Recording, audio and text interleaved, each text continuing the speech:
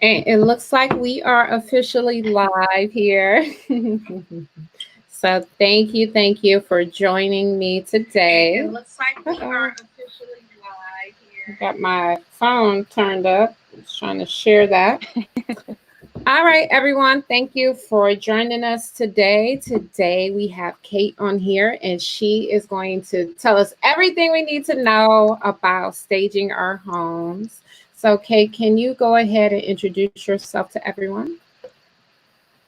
Yes, for sure. So my name is Kate Troyer. I am the owner and the lead stager, designer, stylist, whatever you want to call me, for Homesite Studios. And so we are a staging and a styling company. And what I mean by styling is we do a lot of design work outside of the real estate industry, outside of staging and things like that, but we aren't really a full-on interior design service, meaning mainly that we don't really project manage. So I don't want to be your project manager. I don't want to hire your contractors. I don't want to keep everybody on a timeline. We really kind of do a lot on a consultative basis and then kind of per hour, depending on what's needed, whether that's shopping or picking materials, kind of all that good stuff. But obviously, staging is kind of what we're here to talk about today. So essentially in the staging world, the two main things that we offer are vacant staging, and we have a couple different packages for that, which I'm sure we'll talk about, and then staging consultations. And those are basically going to be for your sellers that are going to live and be in the home while they're listing. Mm-hmm. Okay.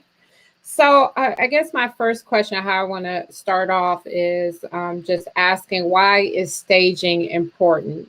Or why do you feel that it's important?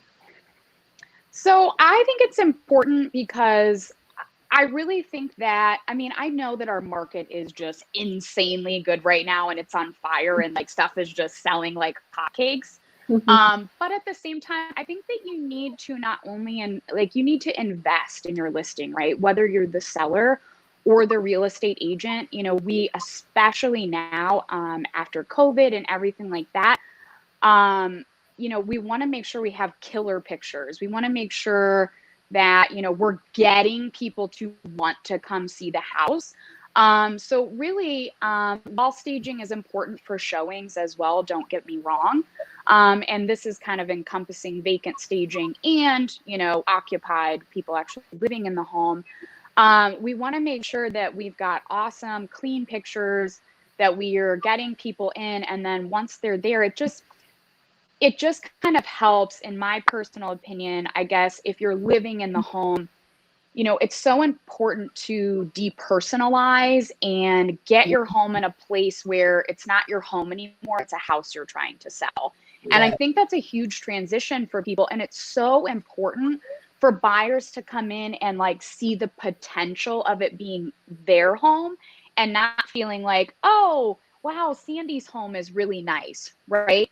So I think that's why it's so important. It's part of that transition. And then we're also, setting up buyers to have an experience in the home so that they're there and they're like, oh my gosh, I can't wait for this to be my new home, kind of thing. It's all about the experience, I think. Yeah. So you bring up a couple of points. So the first point of, you're saying houses are selling like hotcakes. This is true. So some homes are selling like within 24 hours, but we have to be honest on what those homes look like. Those are the homes that have already taken the steps of staging it before even placing it on the market. I actually just did a Cleveland market update earlier today. And when I was looking at the average days on market, and right now the average days on market for homes is about 52 days. And that's actually a long time. That seems high. Yeah. Comparison to how at the rate that homes are selling when they are in good condition. So, but what that is saying is those homes that are staying on the market for 52 days, people are going to see those homes, but there's something about it that is not motivating the buyer to write an offer on that property, and staging it may be that extra push that's needed for it to sell. So that was like, that's kind of eye catching there as well. And I think you also said something that's very important. Oftentimes sellers get caught up and wrapped up in their feelings of and not wanting to remove personal items from the home. And they're like, well, it's good enough for me to stay here or whatever. And again, what you said is so true. You're not selling it for yourself. You're living in it. You're selling it for someone else. You want them to be able to see themselves living in this house, and how will they personalize it to themselves. And so decluttering and removing personal items is definitely a way to do that. So I definitely think that's important. And then in that vacant house, even though a home has been remodeled, you think that it should sell itself. It seems like, oftentimes people think spaces are a lot smaller than what it actually is, because there is no furniture, in there. So, yeah, that's definitely. And one thing I did want to mention too, and I think it's very important for the market that we're in, is while an unstaged home, occupied or vacant, may sell quickly because of the market that we're in, typically when a home is staged, it's going to sell for more money, right? You're going to have those bidding wars. And I would say, 90 to 95% of the vacant properties I'm staging right now, just because I can more easily kind of keep statistics on those, from my business personally, they're selling for 10 grand plus over asking, like that, and really fast as well. So that's something too, is, and we'll touch on this, I know, later, but while vacant staging is definitely a monetary investment up front, more often than not, you're going to make that back plus some, So I think that's a good point to make too, even for occupied homes. I think when you make the investment, whether it's, time and money, or I should say, your home's going to show better. You're going to get more people in there, which means you're going to have more people interested, and most likely, you're probably going to sell your house for more money. Yeah. Todd said clutter eats equity, and that is absolutely true. Yes, I love that statement. That's perfect.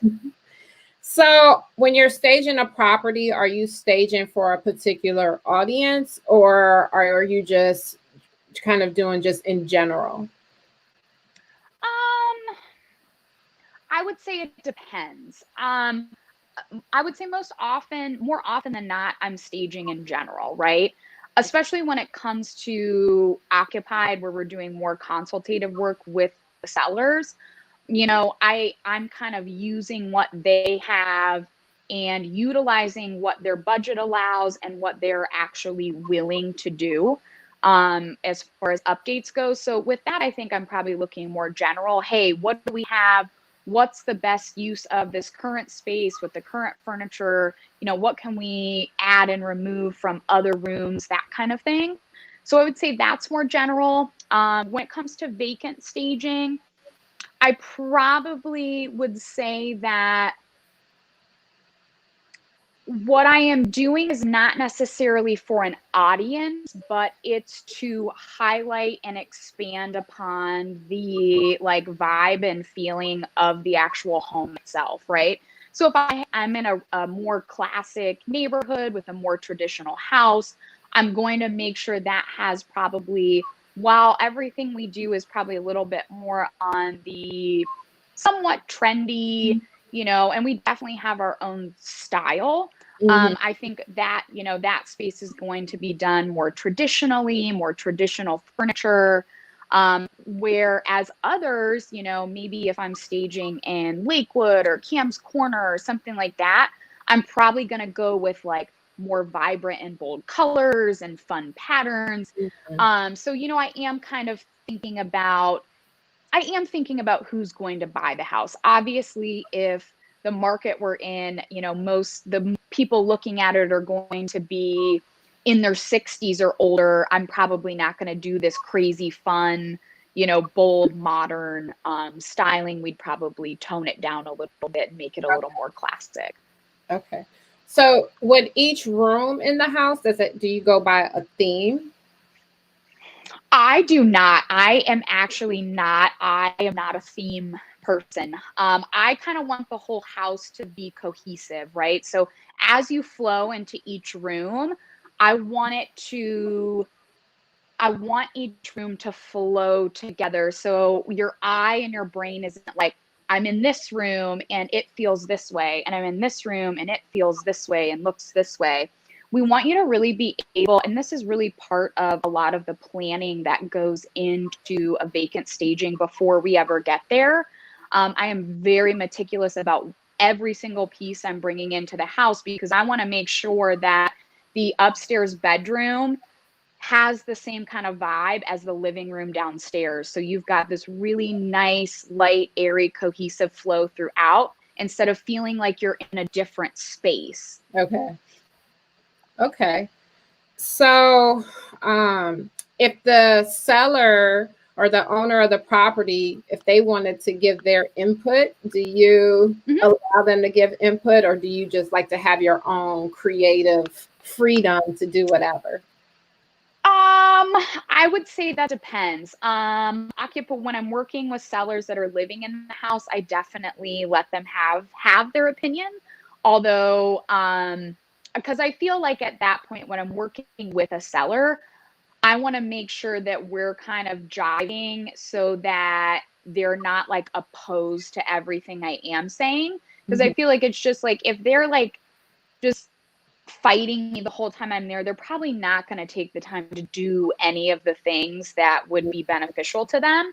So part of what I'm doing when I'm working with a seller that's living in the home is like I'm kind of gauging that conversation and the interaction during to see like what are these people realistically going to do? Like it might be beneficial for them to paint the whole downstairs, but I'm going to feel that out and I'm going to feel like, are they actually going to do that? Some people are like, yes, we're going to do it. We want the most money out of our house and they're on board.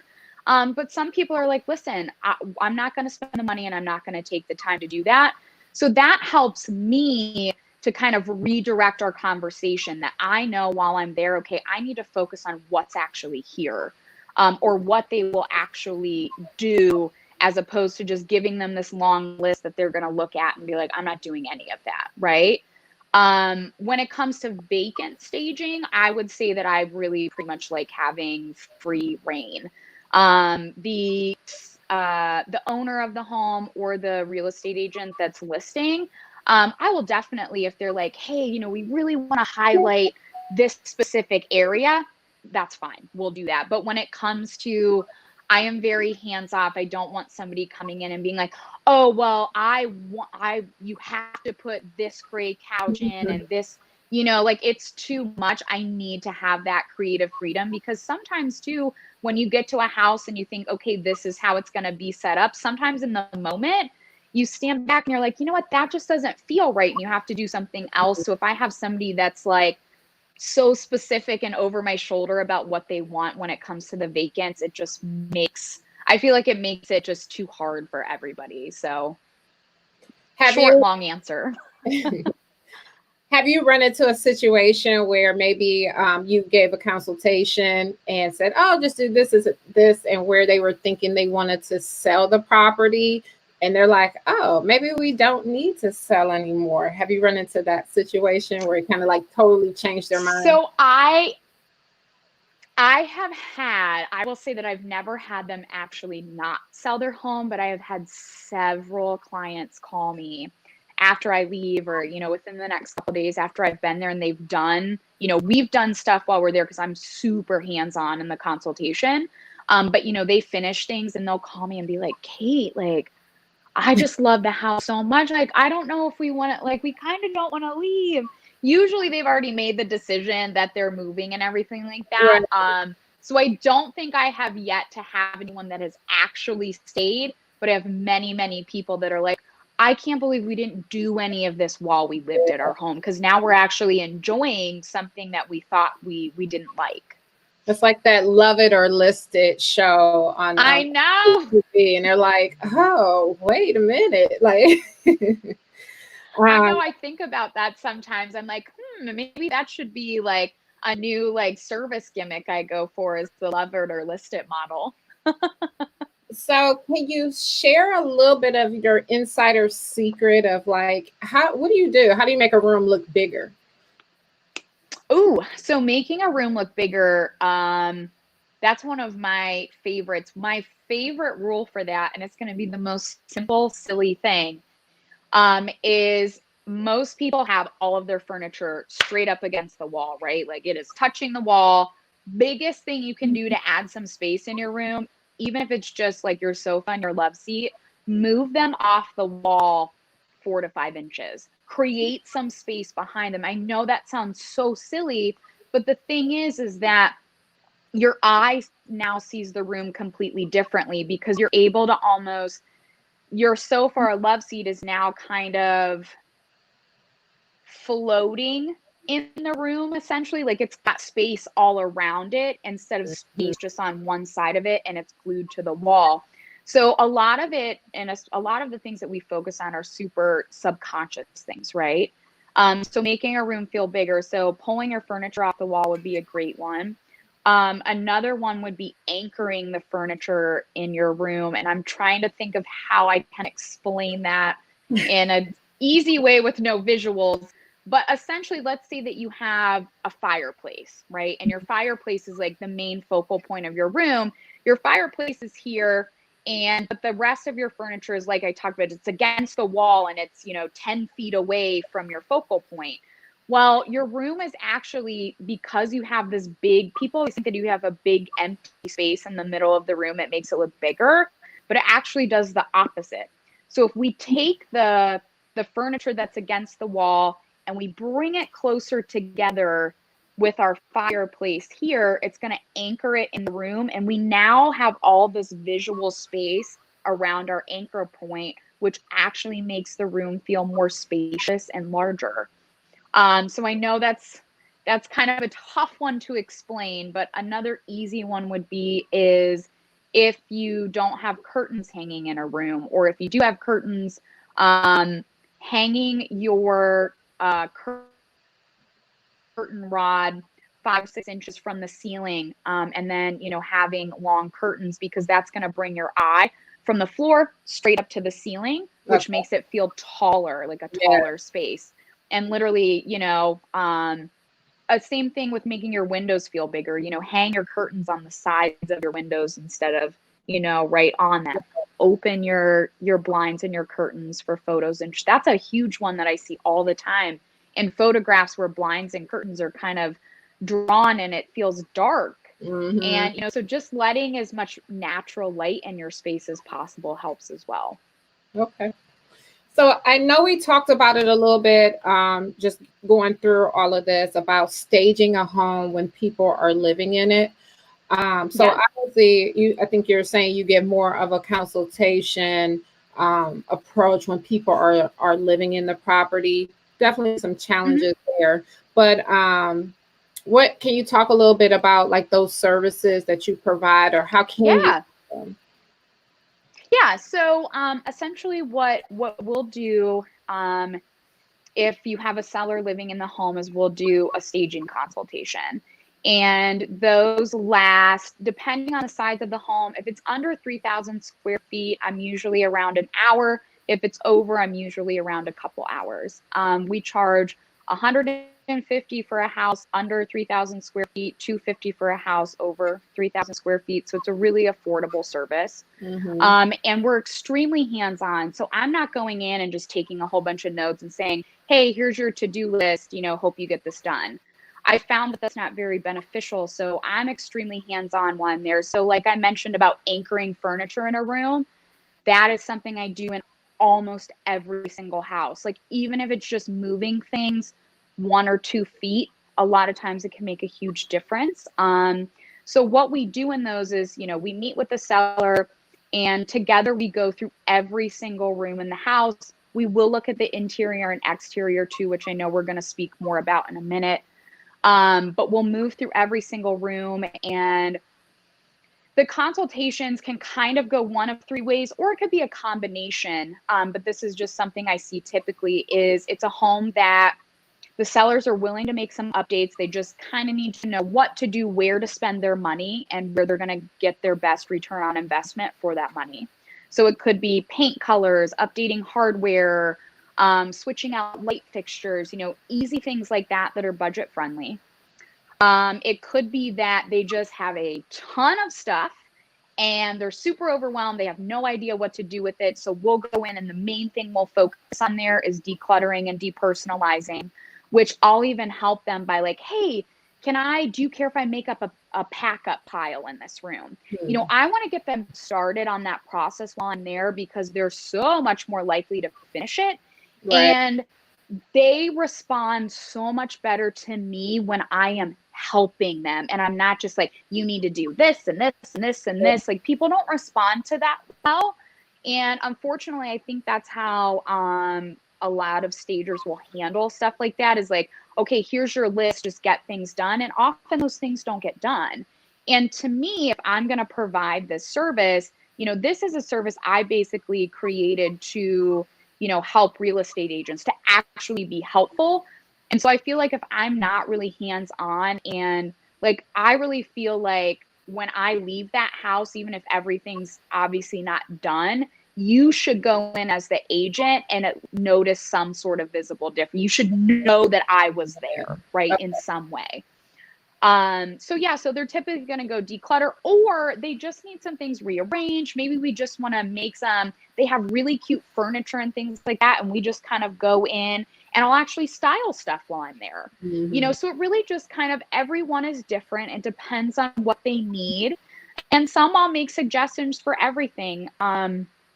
It could be like, oh, house looks great, but your daughter's room is hot pink. And if you are willing to buy some paint, hire someone, or do the painting yourself, like, I would recommend doing that. Here's a color I would recommend that I think would look great, and it's very neutral. So there's a lot of, and we also provide them with a detailed follow-up list. If there's anything I recommend that they purchase, I'll include links from Amazon, places like that. Again, so it's good quality, but inexpensive. So they're not spending a ton, on a house they're about to leave. Right. So as a real estate agent, we, we're already having a difficult conversation with our client about paying our commission, right? So we have that. Yep. And then we already have the conversation and let them know from our standpoint what we can see that they can do as far as painting the house and doing all of these things. Is there something for our real estate agents that may be watching here of a way that you have found to, how do we present that to the client as another service? Okay. So typically, I would say what most of the agents that I work with do is they offer to pay for the staging consultation. Okay. So I have actual like listing flyers that you can use as a PDF, or I can print them out. You can print them out. I can co-brand them. I really don't care. That essentially gives hey, here's what your agent's giving you, this staging consultation. Here's, a couple other services that we do in case they might be interested later on, whatever. But it's essentially just showing like, hey, as part of my most successful agents, I would say what they do is they just tell them, hey, listen, this is part of what I do for listing. I hire a professional. She comes in, she gets you prepped and ready for photos and showings. So, and I have also like a what to expect PDF, so that, the realtor can share that with the client. Like, hey, here's what to expect when Kate comes over. And they just kind of add that in as a service. I do have some agents that will say, hey, I have this person. It's $150. If you want to hire her, I highly recommend it, but they don't force the issue. And I will say that most clients, if the issue isn't forced, they're not going to call me. So I feel it works best when it's just kind of a service that you're just saying, hey, we're going to provide this for you because we know it works. And that's why I really wanted to keep the cost where it's at. Mm-hmm. It's fair to me for, what I'm doing, but it's also, I think, affordable for real estate agents for most homes. And you're getting that, investment back. Okay. And so, how long does that staging? So we're talking about like a vacant house at this point.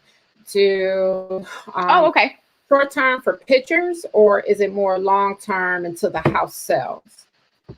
Usually long term until the house sells. So my vacant stagings, I actually do a 45-day term for vacant stagings. Most companies do 30 days, but I added an extra 2 weeks because I work with a lot of investors. And what I have learned with working with investors is that sometimes deals fall through and sometimes things just happen, right? Where it's like they need that extra week or two because ideally, I want to make sure that the furniture can be in there for inspections, final walkthroughs, because what we don't want ideally is for, the buyer to come in, they love it. And part of the reason they love the home is the experience that we've created there for them with, because we don't just stage, like we style, we decorate the places, like fully laid out, almost like someone lives there. So we don't want them to have to go through their final walkthrough and there's nothing there.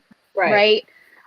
So I prefer to try and leave it there for them. So that's why we kind of do, that extra couple weeks, because they feel it is beneficial.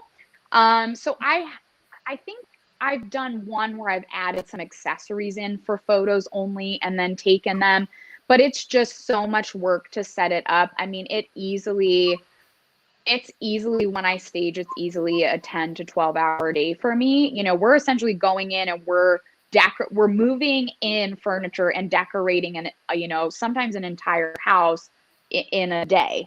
Right. Okay. So, while if somebody wanted to pay for that, that would be fine. But, it's a lot to take it right back out. Okay.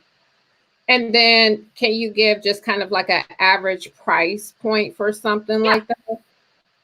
For sure. So we actually offer 2 different vacant staging packages. So the first one we call our full slice, which is like a full vacant staging. We're bringing furniture, we're bringing accessories, the whole nine. And we'll say for a home that we are doing a kitchen, all the bathrooms, and I don't care how many bathrooms, we always stage all of them. So kitchen, bathrooms, dining room, living room, and a master suite, we're usually probably going to be around, I would say our average is probably about $2,300. So it's not an inexpensive service, right? And I am the first one to say that. But so that's where I'd say we'd be for that. But I also price everything out. I would say the least amount, we do is probably around like $1,700 because some houses are small. They don't need a bedroom. Like it just depends. And then the second vacant staging package we offer, we call our half slice package. And that's where we're just bringing in accessories. So we'll bring in accessories for kitchen. We'll fully do the bathrooms. We'll bring several pieces of artwork. And we will put in a small dining room table or a kitchen eat-in table, usually like a 2 to 4 person table that's styled. And we do those for starting at $750. Okay. And then do they need to pay you up front or can they pay when the house closes? So typically we're going to be paid up front. I've experimented with doing it at closing before and it has not worked out well. So it's just, again, depends, but most often, yes, they're going to pay up front. And the way we do our payments is you pay a 50% deposit to schedule. So we're scheduling, I'm hiring movers, I'm probably buying stuff for the property, that kind of thing. So that's taking care of that. And then the remaining 50% is due on the day of installation. But, like the day, yeah. Okay, perfect. And so is there anything that you want to share with everyone that maybe I didn't ask you about here? Oh, I did want to ask, I'm sorry. Let me ask one more question. That's okay. Any tips or suggestion for the exterior of the house? What can people do and how important is the exterior? I think the exterior is super important. And I feel like it's something that people often don't want to or just don't spend any time on. So I will give you my kind of biggest tips. No peeling paint, especially on your door. Your front door should be clean. Always hang up some kind of greenery wreath on the front door. Buy a new welcome mat. If you do nothing else, at least, give people a good vibe when they're entering the home, right? So put some greenery on the front door. Make sure all of your light bulbs, your exterior lighting is working. Make sure that your address placard is clean. If it's broken down and looks gross, buy a new one. Keep your grass mowed. Just it should be a clean and inviting space. Like, you don't want people to pull in and be like, what am I getting into? Where there's cobwebs everywhere. There's just, the garden is just like weeds everywhere, because that's their first impression. And so immediately upon walking into your house, they're going to be like, well, what else didn't they take care of here? Right. And they're more apt to start looking for things to be a problem instead of being like, oh my gosh, wow, like this is so nicely kept. This looks great. So that when they're entering the home, they're carrying in that feeling with them. So I think exterior is extremely important. And again, I don't think enough people spend time on the exterior. Okay, thank you for that. And is there anything that you want to share that maybe I didn't ask you about here, but you think it's important? Let's see. I just wanted to, because I think this will be most beneficial probably for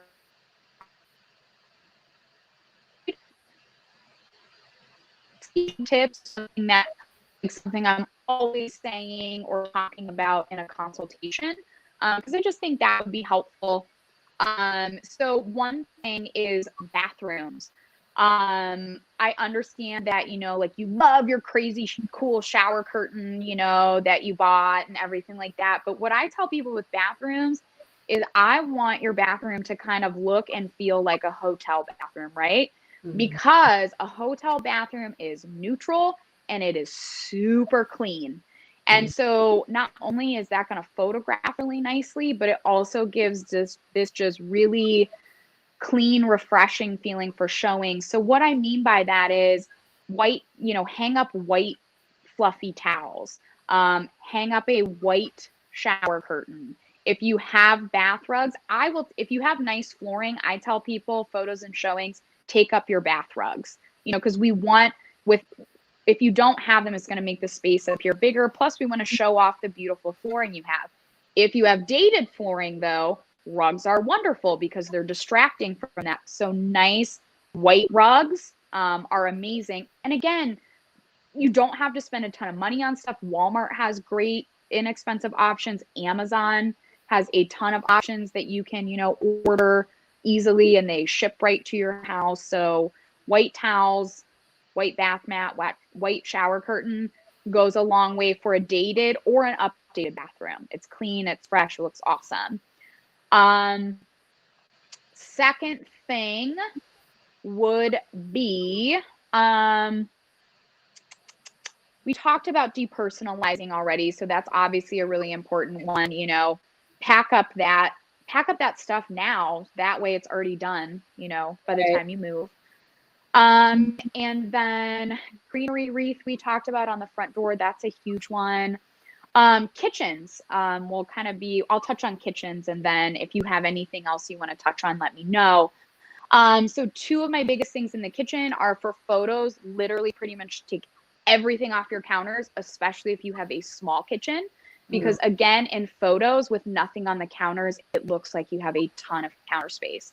Same thing for showings, especially if you have a small kitchen. It's just the less small items we have to draw our eye, the more we're able to scan a room and see it for its entirety instead of noticing, your spice rack by your stove. And then my second thing for the kitchen would be like my easiest update solution for a kitchen. Let's say you have dated cabinets, but you don't want to spend the time or money to paint them. A great option is updating your hardware, especially on those kind of golden oak, like those 90s cabinets. Adding some matte black hardware, which is like my go-to right now for the most part, is like a nice matte black hardware. It updates a space so much, and especially on cabinets like that, like, you know, it could take, just doing that could take a buyer from going, oh my God, we're going to have to totally gut and redo this kitchen, to, you know, I don't love these cabinets, but they look nice. And, you know, until we're ready to redo the kitchen, they're fine for now. And I think that's huge, you know, when it comes to buyers putting in an offer. Perfect. Okay. Well, there you have it, everyone. Here's your tips on staging your home. And how can they reach you? So if you have any questions, you can call us at 216-307-8220. You can email me, kate@homesitestudios.com. You can definitely check out our website if you have any more questions or just want to get a better idea of services, see more of our work, homesitestudios.com. And then, of course, you know, you can follow us on Facebook. We're super active on Instagram, and I'm working on the TikTok stuff. Oh, TikTok is fun, right? Yes, I'm trying. I'm trying to get on the trend. Right. It's like, great, another social media platform. So I know. I'm like, I was just getting really comfortable with Instagram. Right. So, okay. Well, there you have it, you guys. If you have any questions, please, please, please reach out to Kate. I'm sure she will answer all of your questions. You can set up a consultation with her. And if this is your first time joining me here, please like or subscribe to the channel. And stop back, always providing lots of tools and resources for you guys. I'm Andrea Wilson. I'm the broker at Brickhouse Realty. This was Kate Troyer sharing her expertise in staging your home. Thank you for joining us this afternoon, and have a wonderful month. Yes, thanks so much. All right. Yeah, see you guys. Bye-bye. Bye.